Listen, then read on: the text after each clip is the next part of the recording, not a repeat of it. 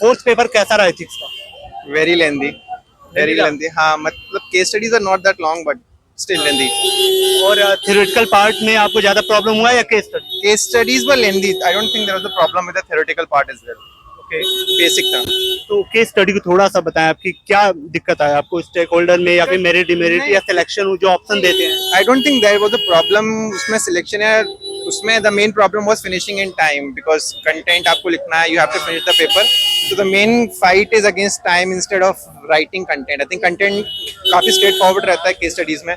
The main issue is about finishing the paper on time. ठीक है sir, अगर detail बात करें कीवर्ड के ऊपर, जो आपके कीवर्ड्स होते हैं अच्छे से प्लेस कर पाए? हाँ, more or less yes. I think the idea is to find those keywords and then define them and उसके बाद आप फिर उसके अराउंड लिखेंगे। ठीक है, थोड़ा सा अपनी अप्रोच बताएं सर। पहले तो मैं इससे पहले जानना चाहूंगा, जो प्री और ये मेंस के बीच का ड्यूरेशन रहा है, इस 3 महीने को आपने फील कैसे किया, क्या अप्रोच रही है आपकी? जी, see, I'm a working professional, so it has been little difficult for me to manage my work and the preparation. क्या But करते हैं आप? I work for Jio actually. I am a DGM in Jio.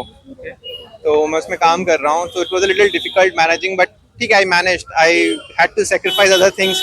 घूम नहीं पाते थे, कहीं जा नहीं पाते थे, but ठीक है।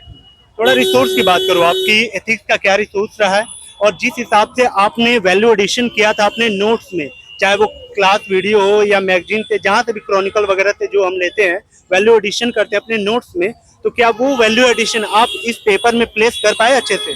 हाँ, I think the approach notes making के टाइम पे भी होनी चाहिए कि you incorporate those instances of IAS officers या जनरल इंस्टेंसेस जो आपकी एथिकल वैल्यूज को डिफाइन करते हैं, वो आप अपने नोट्स में ही डालें, वो बेटर रहता है याद करने के लिए। तो आपको कोई दिक्कत नहीं है? आपके रिसोर्स क्या रहे हैं, क्या गूगल और? हाँ, मोस्टली गूगल। गूगल। हाँ, I did not take a coaching वगैरह कुछ स्पेसिफिकली, तो इट वाज मोस्टली गूगल। अभी कंटिन्यू 4 पेपर हुए हैं, इन 4 पेपर में अप्रोच क्या रही है रिवीजन की? क्योंकि ये एक हेक्टिक टाइम होता है कि अरे यार लगातार जब आपके पेपर हो तो कौन से पोर्शन को हम रिवीजन करें, कौन सा वीक है, उस हिसाब से आपने किया था, या फिर साल भर करते आए थे उस हिसाब से सेट किया? सी, मेरे लिए इम्पोर्टेंट यही था कि I revise as much as possible, because मैं शायद उन जितना मेहनत या टाइम नहीं दे सकता जो कि फुल टाइम प्रिपेयर करते हैं, तो I had to limit my resources and try and revise as much as I can. चलिए सर, आशा करता हूँ कि इस बार सिलेक्शन हो। Thank you so much. Vaibhav sir का मैंने एक बार पिछला भी कल भी इंटरव्यू किया था, रिव्यू किया था, ओपिनियन लिया था। चलिए आज बात करते हैं कल के हिसाब से आज का पेपर कैसा रहा? कंप्लीट कर लिया है पेपर, पर आप मेंस एग्जाम में स्पेसिफिकली बोल नहीं सकते कि कैसा हुआ है, क्योंकि बहुत सब्जेक्टिविटी है इसकी चेकिंग अंदर में। से क्या आवाज आ रही है? अंदर से जस्ट अब अपने लक पे भरोसा करना है। कंप्लीट कर लिया पेपर, तो ठीक था, डिसेंट था। ठीक है, आप थोड़ा सा केस स्टडी को बताएं कि किस हिसाब की डिजाइन की गई थी, क्या वो जो ऑप्शंस देते हैं उसमें दिक्कत हुआ सेलेक्ट करने में, स्टेक जो होल्डर्स होते हैं, कैसे आपने उन चीजों को बैलेंस? नहीं, इस बार केस स्टडीज आसान थी और लास्ट टाइम के कंपैरिजन में बहुत छोटी थी। लास्ट ईयर बहुत लेंथी केस स्टडी थी, तो इस बार उन्होंने छोटा कर दिया था, बट उसको कंपेंसेट कर दिया सेक्शन ए ने, क्योंकि वो मेरे को पर्सनली डिफिकल्ट लगा थोड़ा। सेक्शन ए, वहाँ पे क्वेश्चन थोड़े ट्रिकी थे और कुछ लेंथी भी थे, और जो कोड बेस्ड क्वेश्चन थे वो भी थोड़े ट्रिकी थे, वो इतने आसान नहीं थे आई गेस। और थ्योरेटिकल पोर्शन में सर कोई ऐसे क्वेश्चन जो आपको लगा कि ये थोड़ा सा आउट ऑफ बॉक्स जा रहा है मेरे? 3-4 क्वेश्चंस थे ऐसे जो लाइक उन्होंने एक पूछ रखा था, कोड बेस्ड एक क्वेश्चन था, I can't remember the exact वो, बट उसपे वुमेन पे एक कोट था, वो लंबा, ठीक ठाक लंबा कोट था, तो उसमें स्ट्रक्चर बनाने में भी दिक्कत आ सकती थी बच्चों को। तो वो देखने में ऊपर से आसान लग रहा था, बट जब लिखोगे आप उसको एथिकल पर्सपेक्टिव से, तो वो थोड़ा डिफिकल्ट हो सकता था। सर थोड़ा सा पेपर ड्यूरिंग जो आप एग्जाम दे रहे थे उस टाइम आपका अप्रोच क्या रहा कि मैं पहले क्वेश्चन से कैसे एंड तक जाने वाला हूँ, कितना टाइम देने वाला हूँ, माइंड सेट क्या बना के आए थे आप? एक्चुअली इस चीज में आई वाज क्वाइट क्लियर कि मुझे 1.5 आवर्स में केस स्टडीज खत्म करनी है किसी भी तरीके से।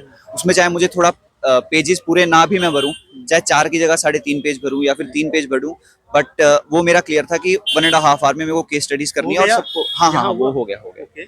तो वो जैसे ही खत्म हुआ उसके बाद सेक्शन ए कंप्लीट तो हो गया, बट उसमें भी कुछ क्वेश्चंस में मेरा इंट्रो और कंक्लूजन तो हैम्पर हुआ ही है। तो पहले आपने केस स्टडी स्टार्ट किया क्योंकि वहां से थोड़ा स्कोर अच्छा हो जाता है।